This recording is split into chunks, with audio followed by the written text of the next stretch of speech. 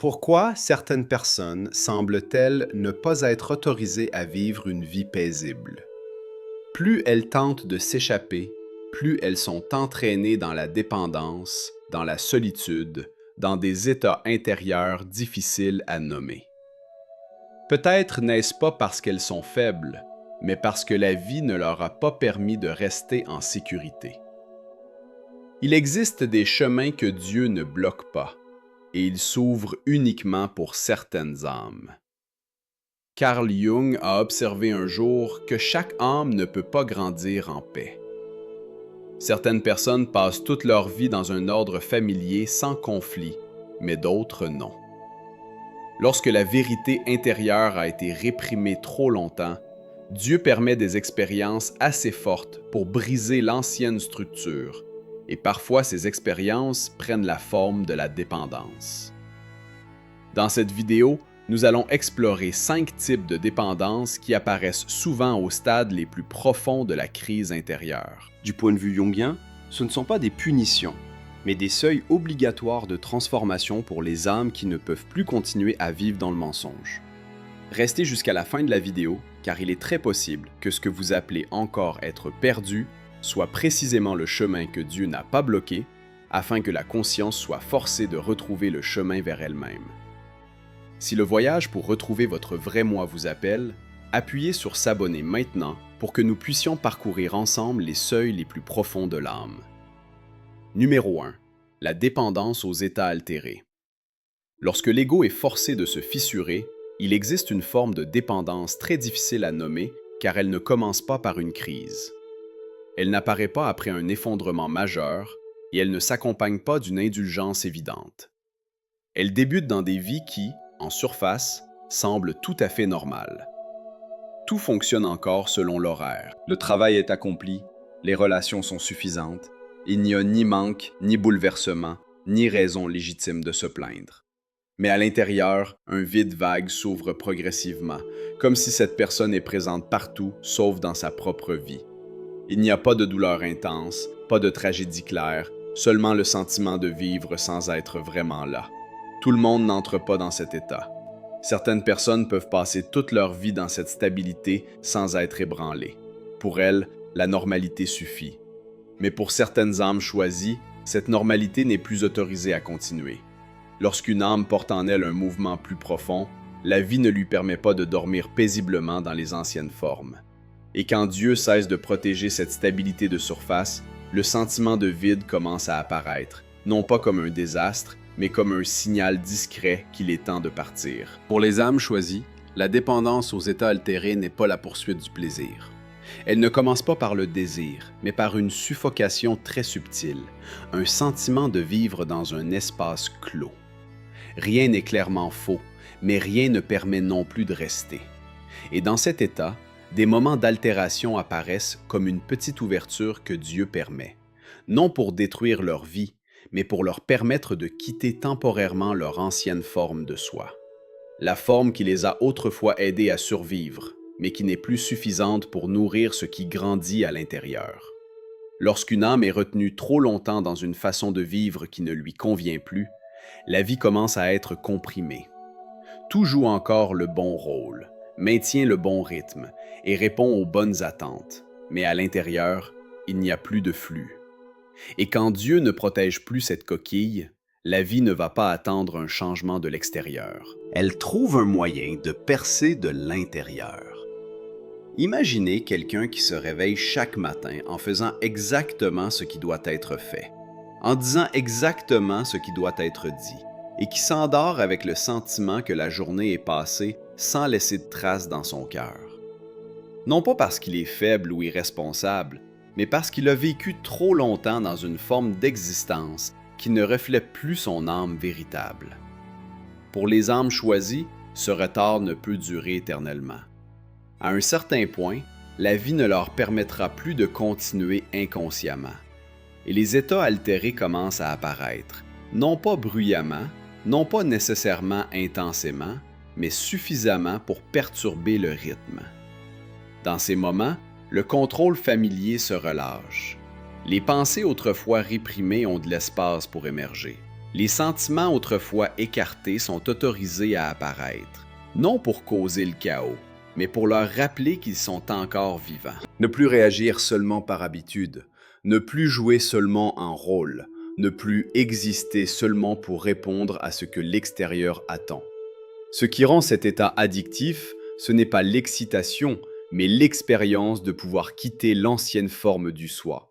À ce moment-là, la personne se sent non seulement plus légère, mais plus réelle. Et une fois que Dieu leur a permis de toucher ce sentiment de réel, ne serait-ce qu'une fois, retourner à l'ancienne vie devient étrangement difficile. Non pas parce que l'ancienne vie est terrible, mais parce qu'elle n'a plus assez de profondeur pour retenir cette âme. Carl Jung a écrit un jour « Il n'y a pas d'accès à la conscience sans douleur. » Mais pour les âmes choisies, cette douleur n'est pas une punition. C'est un signe que Dieu a retiré la protection de l'ancienne structure. L'état altéré est la première fissure, non pas l'éveil complet, mais un message que cette âme n'est plus autorisée à vivre éternellement dans l'ancienne version. J'ai rencontré un jour un homme américain nommé Evan.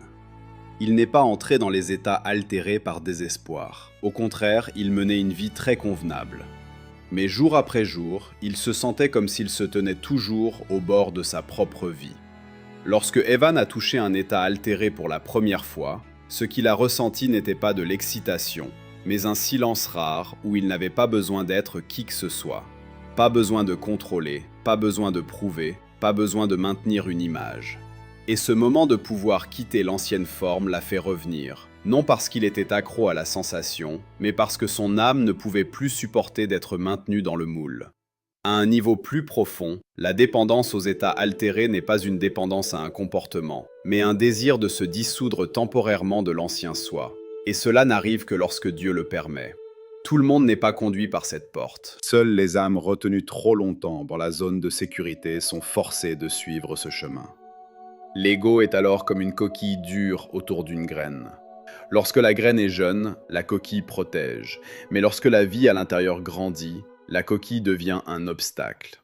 Les états altérés sont la pression de l'intérieur qui fait commencer à craquer cette coquille, non pour détruire, mais pour que la vie puisse continuer. Par conséquent, la dépendance aux états altérés n'est pas le point final, c'est la première porte que Dieu permet d'ouvrir. Et une fois que cette fissure est apparue, rester dans l'ancien monde devient plus difficile chaque jour. Ce qui était autrefois suffisant commence à sembler lourd. Les connexions autrefois familières perdent progressivement leur pouvoir de soutien. Et de ce décalage lui-même, une autre forme de dépendance se forme discrètement, la dépendance à la solitude. Numéro 2. La dépendance à la solitude. Lorsque l'ancien monde ne peut plus être supporté. À partir du moment où le premier état altéré survient, une personne non seulement change à l'intérieur, mais commence à sentir que rester dans l'ancien monde devient plus difficile chaque jour. Il n'y a pas de moment clair qui marque ce départ. Cela se produit très lentement, très discrètement, comme si Dieu avait permis un mouvement profond de se produire à l'intérieur, tandis que le monde extérieur reste immobile. Les conversations ont encore lieu, mais elles n'atteignent plus. Les relations existent encore, mais elles ne soutiennent plus. Non pas parce qu'elles sont mauvaises, mais parce qu'elles appartiennent à un rythme de vie que la personne a commencé à quitter.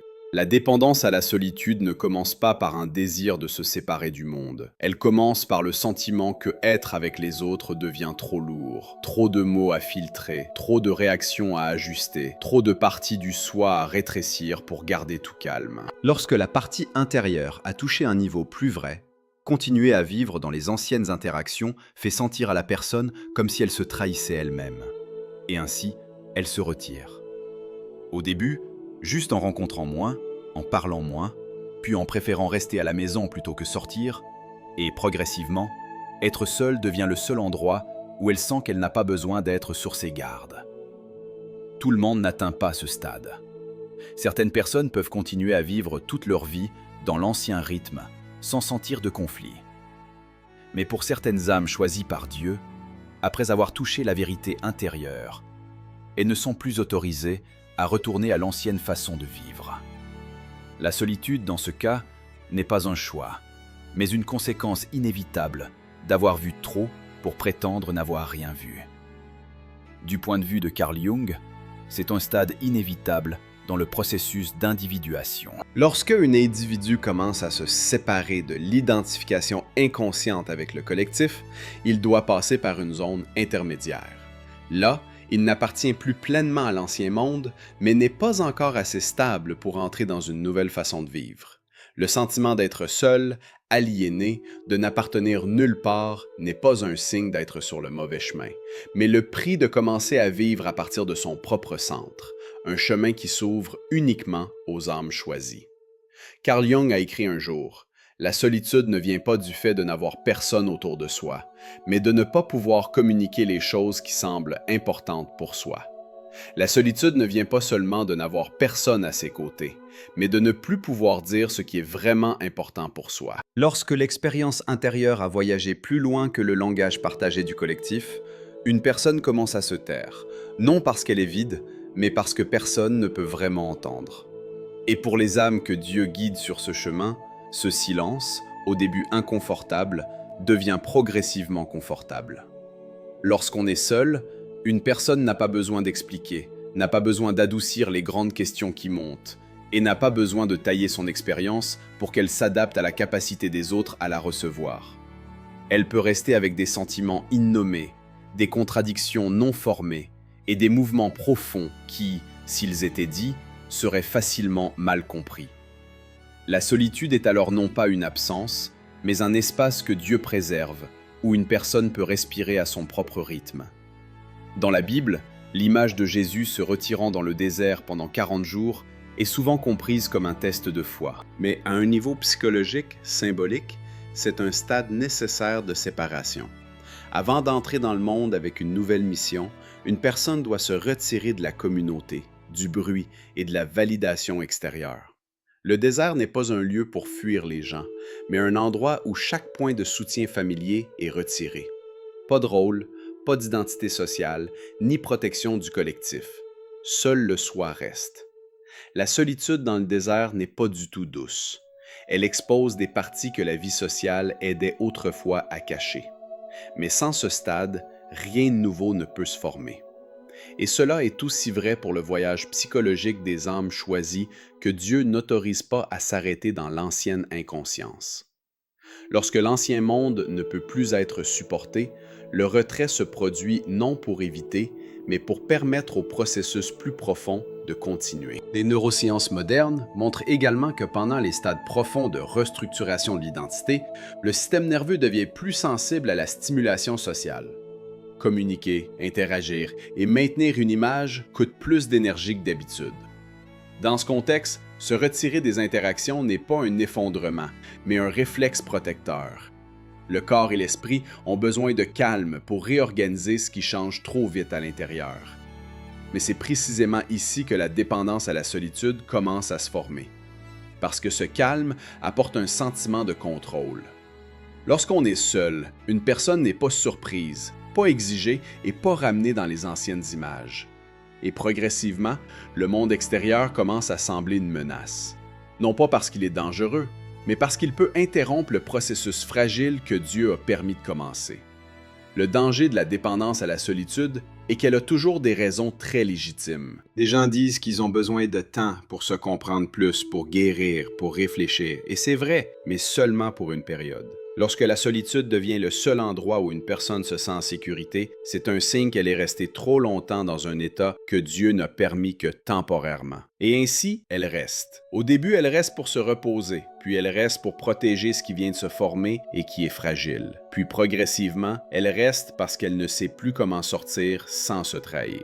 La dépendance à la solitude n'est donc pas haïr les gens, mais ne pas encore avoir trouvé un moyen de ramener le vrai soi dans le monde. Si vous êtes dans ce stade, ce que vous devez faire est seulement d'observer un très petit moment dans la journée où vous choisissez d'être seul au lieu de vous connecter et de vous demander doucement, sans jugement, « Suis-je vraiment en train de me reposer ou suis-je en train de retarder l'étape suivante que Dieu prépare pour moi ?»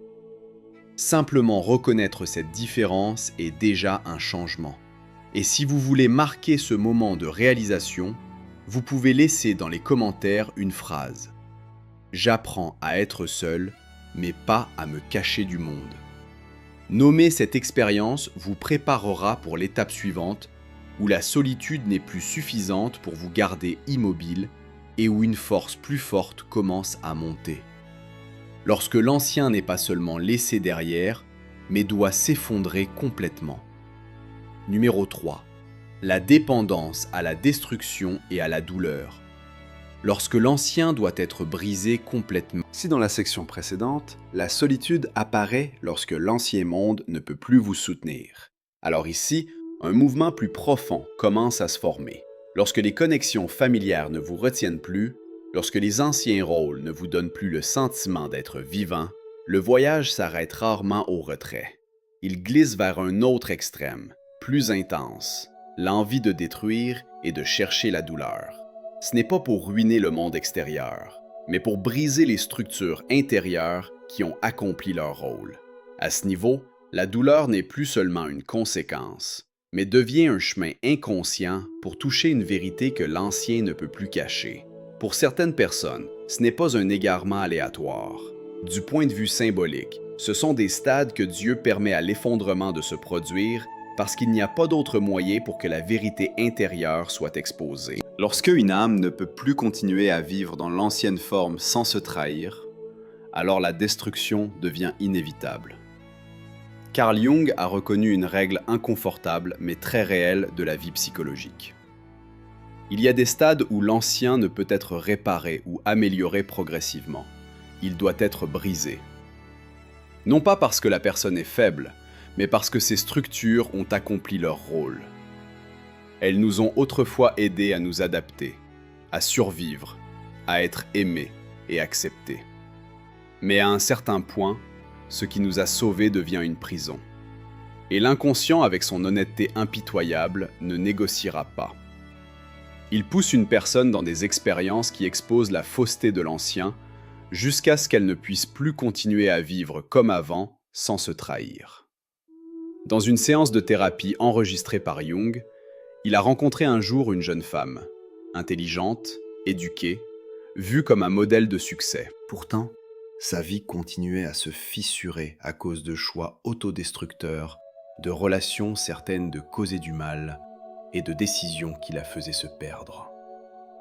Jung ne lui a pas demandé pourquoi elle le faisait. Il a seulement demandé « Qu'est-ce en vous qui a besoin de prendre fin ?» Un long silence a suivi. Puis elle a admis que ce qu'elle ne pouvait plus supporter était de devoir continuer à vivre comme la personne que les autres attendaient. À ce moment, la douleur n'était plus un accident, mais le seul moyen pour qu'un ancien ego s'effondre. À ce niveau, la dépendance à la douleur ne fonctionne pas comme les comportements addictifs ordinaires. Elle n'apporte pas de plaisir clair. Elle apporte le sentiment que, enfin, quelque chose est forcé de changer. La douleur devient la preuve que la vie intérieure n'est pas morte. Lorsqu'une personne a vécu trop longtemps à l'intérieur de structures sans vie, elle préfère sentir la douleur plutôt que rien du tout. Et ainsi, l'inconscient la conduit à des expériences dures, non pour punir, mais pour forcer la vérité à être révélée. Jung appelait cela le stade où l'ancien ego est dépouillé de son contrôle. L'ego, habitué à diriger la vie par des formules sécurisantes, commence à perdre son effet. Lorsque cela arrive, les gens interprètent souvent ce stade comme « je perds la direction » ou « je m'auto-détruis ». Mais à un niveau plus profond, c'est le moment où une structure qui ne convient plus est démantelée brutalement, parce qu'il n'y a pas de moyen plus doux pour la démanteler pour les âmes choisies qui ont atteint la limite finale de l'ancien. Carl Jung a écrit un jour « On ne devient pas éclairé en imaginant des figures de lumière, mais en rendant conscient l'obscurité. » Jung ne glorifiait pas la souffrance. Il indiquait seulement qu'aucune vie réelle n'est formée si une personne continue à éviter son obscurité intérieure. La lumière ne vient pas de maintenir une image sûre du soi, mais du moment où vous permettez à ce qui est faux de s'effondrer complètement. C'est précisément dans ce processus, lorsque l'ancien est brisé assez profondément, qu'une autre forme de vie peut avoir de l'espace pour apparaître. Dans ce stade de dépendance à la destruction, beaucoup de gens essaient de se guérir trop tôt. Ils veulent arrêter la douleur, retourner à l'ancienne stabilité et recoller les pièces brisées pour continuer à vivre comme si rien n'était arrivé. Mais Jung avertissait que faire cela prolonge souvent la crise. Parce que si l'ancienne structure n'a pas été complètement détruite, elle continuera à contrôler par en dessous et une personne répétera le même cycle d'effondrement sous une autre forme.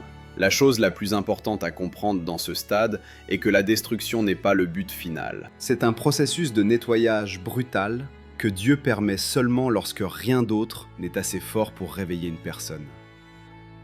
Jung n'encourageait pas la souffrance, mais il montrait qu'il y a des formes de vie qui ne peuvent naître qu'après que les anciennes formes ont péri d'une manière irréversible. La leçon de ce stade n'est pas d'en finir avec la douleur le plus vite possible, mais de reconnaître ce que la douleur dit. Si vous apprenez à écouter le vrai message derrière la douleur au lieu de la fuir, veuillez partager cette vidéo avec quelqu'un qui pourrait traverser une phase similaire. Parfois, un petit rappel peut devenir une lumière guide. Lorsqu'une structure intérieure a atteint sa limite finale, chaque tentative de retourner à l'ancien état ne fait que causer la continuation de l'effondrement sous une autre forme. La douleur, dans ce cas, n'est pas un signe d'échec, mais un signe qu'une couche d'ego n'est plus suffisante pour retenir la vie. Et si après toutes ces ruines, vous réalisez que vous n'êtes pas seulement en douleur, mais aussi poussé à comprendre, à décoder et à trouver un sens à tout ce qui est arrivé, alors il est très possible que vous passiez à l'étape suivante, où la destruction n'est plus suffisante et où l'âme commence à exiger des réponses pour sa propre existence. Numéro 4.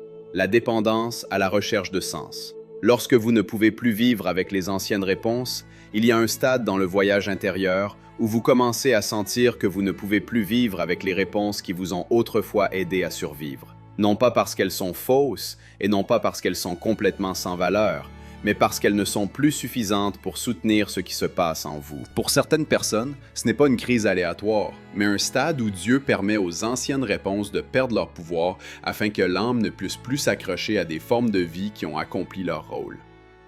Vous vous souvenez encore très clairement de ces lignes. Vous pouvez encore les répéter fluidement. Mais lorsque vous avez besoin de vous appuyer dessus, vous ne ressentez plus de réconfort. Elles glissent sur vous comme des mots familiers qui sont creux. Et dans ce vide très inconfortable, une nouvelle dépendance se forme discrètement. La dépendance à la recherche de sens. Elle n'apparaît pas comme une crise, elle ne vous abat pas immédiatement.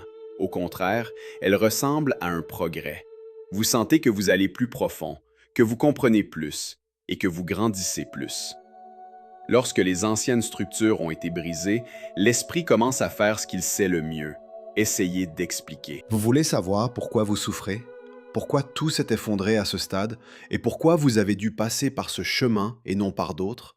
Et plus profondément encore, vous voulez savoir si tout cela en vaut la peine. Le sens devient alors ce à quoi vous vous accrochez pour ne pas tomber complètement dans le vide où chaque ancienne histoire s'est effondrée. Au début, la recherche de sens est comme une bouée de sauvetage. Elle vous aide à respirer pendant que tout est chaotique.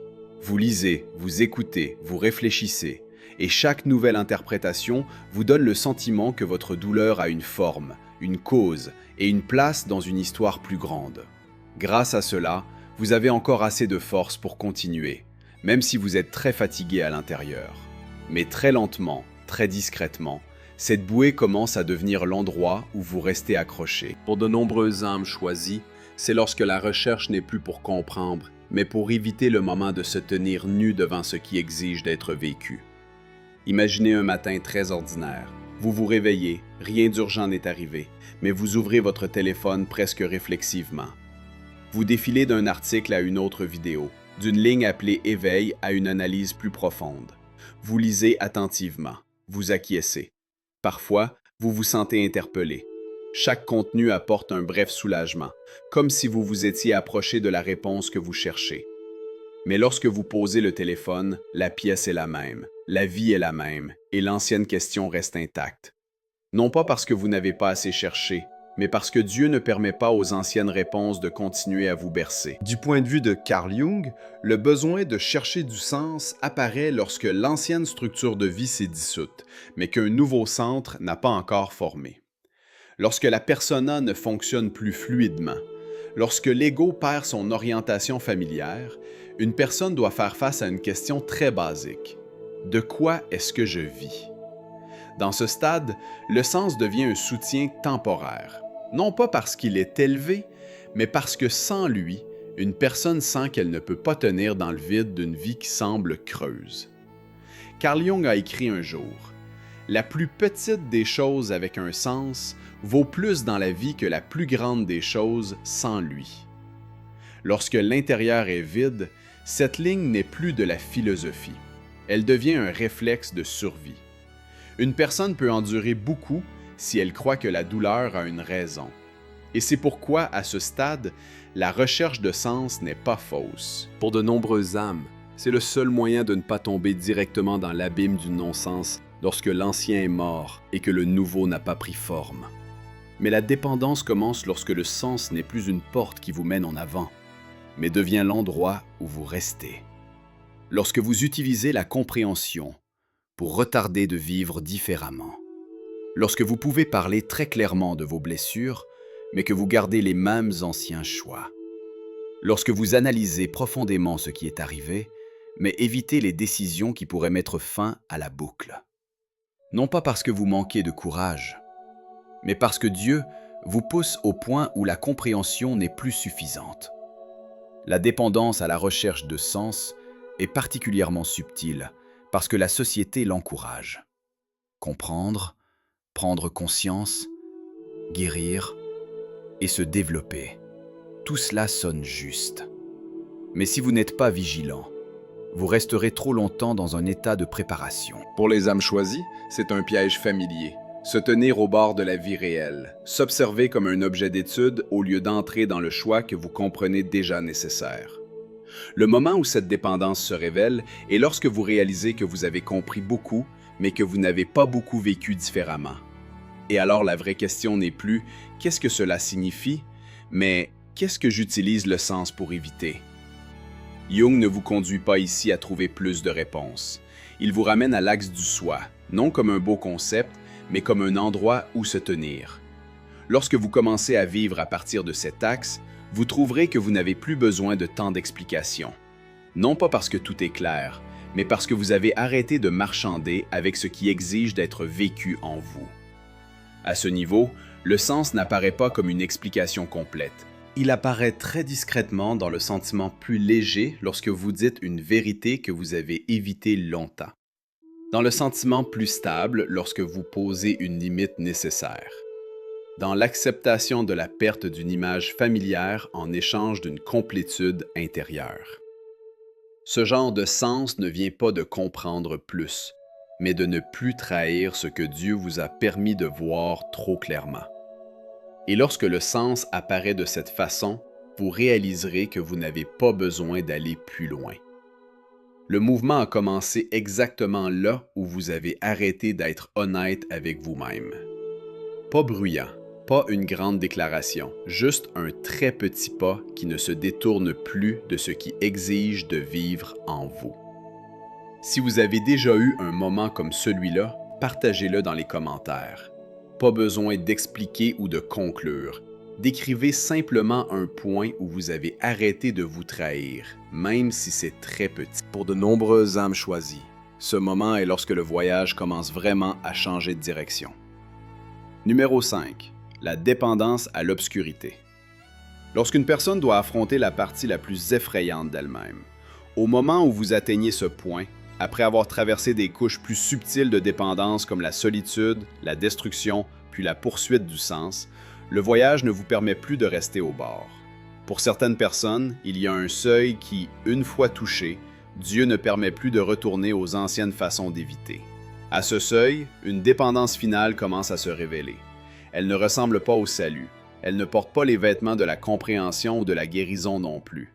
Elle est rude, effrayante et la plus facilement mal comprise. Jung l'appelait la confrontation avec l'ombre. Et lorsqu'une âme choisie est conduite à ce niveau, elle n'est plus accro aux états, à la douleur ou au sens. Elle commence à être attirée vers sa propre obscurité. La dépendance à l'obscurité ne signifie pas aimer la négativité ou chercher du plaisir dans la souffrance. C'est une attraction très différente. Après que chaque masque est tombé, après que les belles histoires sur le soi ne peuvent plus tenir, une personne devient obsédée par la question « Qui suis-je quand je n'essaie plus d'être bon ?» Et cette question ne mène pas à la lumière tout de suite. Pour les âmes autorisées à aller plus profond que la sécurité, elle les tire vers le bas dans des parties qu'elles ne voulaient autrefois pas voir, pas accepter, et même pas admettre qu'elles leur appartenaient. La jalousie autrefois niée, la colère autrefois appelée une irritation légère, un besoin de contrôle autrefois déguisé en responsabilité, et l'égoïsme autrefois toujours attribué aux autres. Tout cela commence à monter, sans plus demander la permission. Non pas parce que la personne devient pire, mais parce que le bouclier qui lui permettait de continuer à vivre inconsciemment a été retiré. À ce stade, beaucoup de gens paniquent et pensent qu'ils deviennent pires. Mais du point de vue jungien, ce qui se passe n'est pas une chute, mais la vérité qui monte. Jung a écrit un jour « Chacun porte une ombre, et moins elle est incarnée dans la vie consciente de l'individu, plus elle est noire et dense. » L'obscurité ne devient pas dangereuse parce qu'elle est mauvaise, mais parce qu'elle a été niée trop longtemps. Lorsque l'obscurité est autorisée dans la conscience, elle n'opère plus par derrière. Elle ne contrôle plus silencieusement le comportement et le destin, tandis qu'une personne croit choisir librement. La dépendance à l'obscurité apparaît lorsque une personne commence à voir cette partie, mais ne sait pas encore comment l'intégrer. Il y a une curiosité intense, presque une obsession pour des pensées qui ne devraient pas exister, des sentiments qui ne sont pas corrects et des impulsions qui vont contre l'image qu'elle a autrefois construite. Elle s'observe plus étroitement. Elle reconnaît des motifs peu jolis derrière des actes apparemment nobles. Et au lieu de se détourner, elle commence à regarder droit. Parfois, elle se craint elle-même. Parfois, un sentiment très étrange apparaît, le soulagement, comme si enfin quelque chose a été dit avec vérité. Carl Jung a traversé ce stade directement et à grand risque. Après s'être séparé de Freud, il est tombé dans une crise intérieure profonde, un stade plus tard appelé confrontation avec l'inconscient. Au lieu de l'éviter, Jung a permis à des images sombres, des rêves violents et des impulsions primitives de monter dans la conscience.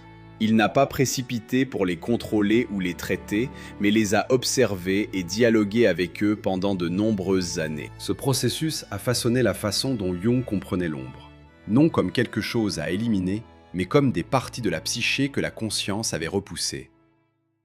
Si Jung n'avait pas osé entrer dans sa propre obscurité, il n'aurait probablement pas pu aller aussi loin. Dans la vie quotidienne, la dépendance à l'obscurité se montre souvent lorsque vous réalisez que ce que vous détestez le plus chez les autres vous touche très profondément. Vous êtes déclenché par la confiance de quelqu'un, par le succès d'une autre personne, ou par la façon dont quelqu'un ose vivre instinctivement. Et au lieu de seulement réagir, vous commencez à demander « Quelle partie de moi est en train d'être éveillée ?» Pour les âmes choisies, cette question n'est plus optionnelle. C'est quelque chose qu'elles doivent affronter. La frontière fragile à ce stade est entre confronter et être possédé.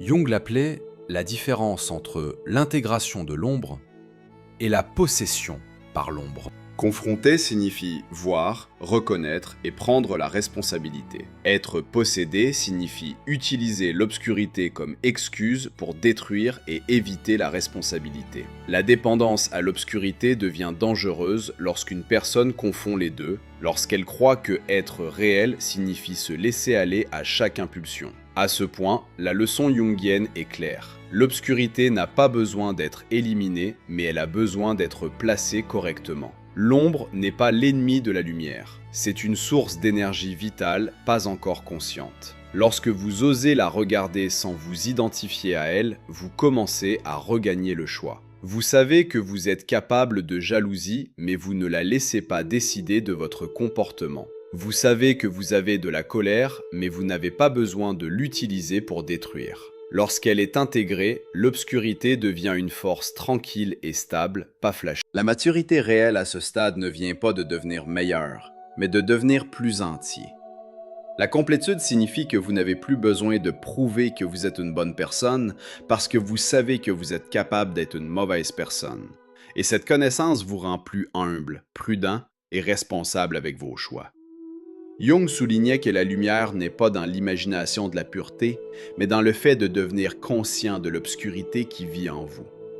Demain matin, lorsqu'une émotion peu jolie apparaît, jalousie, irritation, jugement ou envie de contrôler, vous ne précipitez pas pour la réparer et vous ne précipitez pas pour agir dessus. Vous reconnaissez simplement très directement « Cela fait aussi partie de moi ». Pas d'excuses, pas de condamnation, juste voir, juste rester, juste assez longtemps pour qu'elle n'ait plus besoin de crier pour être vue. C'est le premier pas de l'intégration, non par théorie, mais par présence. La dépendance à l'obscurité est le stade où beaucoup de gens abandonnent parce qu'ils ne donnent pas un sentiment clair de progrès. Mais si vous êtes ici, il est très possible que Dieu ne vous permette plus de vivre à moitié. Vous ne cherchez plus la perfection, vous cherchez la vérité. Et la vérité, comme Jung l'a indiqué, n'est pas dans l'élimination des parties effrayantes, mais dans l'oser les amener à la lumière de la conscience. Alors l'obscurité n'est plus l'endroit où vous êtes avalé, mais devient un sol solide pour un soi plus vrai de se tenir. En concluant ce voyage, ce qui compte peut-être n'est pas combien de concepts vous avez compris, mais si vous osez regarder droit ce qui se passe en vous. Ces 5 types de dépendance ne sont pas nommés pour juger, mais pour indiquer des stades que certaines âmes doivent traverser, lorsqu'il n'y a pas de chemin de retour vers une vie superficielle. Ce ne sont pas des déviations aléatoires, mais des stades qui surviennent lorsqu'une ancienne structure a atteint sa limite finale. De ce point de vue, Dieu ne donne pas la dépendance comme punition, mais permet à ces états d'apparaître comme un mécanisme nécessaire de rupture pour les âmes choisies. Celles qui ne peuvent plus continuer à vivre derrière des masques, des évitements ou des réponses empruntées. La vie ne va plus en ligne droite. Elle doit descendre, passer par la solitude, l'effondrement, la fin de sens et enfin l'obscurité, afin qu'un axe de vie plus vrai ait une chance de se former. Si vous vous reconnaissez dans ce voyage, cela ne signifie pas que vous êtes faux, mais cela peut signifier que vous n'êtes plus adapté aux anciennes façons de vivre. Et à ce seuil, la chose la plus importante n'est pas de précipiter pour vous réparer ou trouver une échappatoire, mais de ne pas tourner le dos à la vérité qui monte en vous. Rester avec cette vérité est le point de départ de la transformation. Si cela résonne profondément en vous et que vous souhaitez continuer à marcher sur le chemin de vivre plus vrai chaque jour, veuillez appuyer sur « J'aime », s'abonner, activer les notifications afin de ne pas manquer les prochains partages sur le voyage de retour vers soi-même. Merci d'être resté avec moi jusqu'à la fin de la vidéo. Si ce contenu résonne en vous, veuillez aimer et vous abonner afin que nous puissions continuer à explorer le voyage de la compréhension de soi, de vivre avec vérité et de vivre plus pleinement avec le Handle.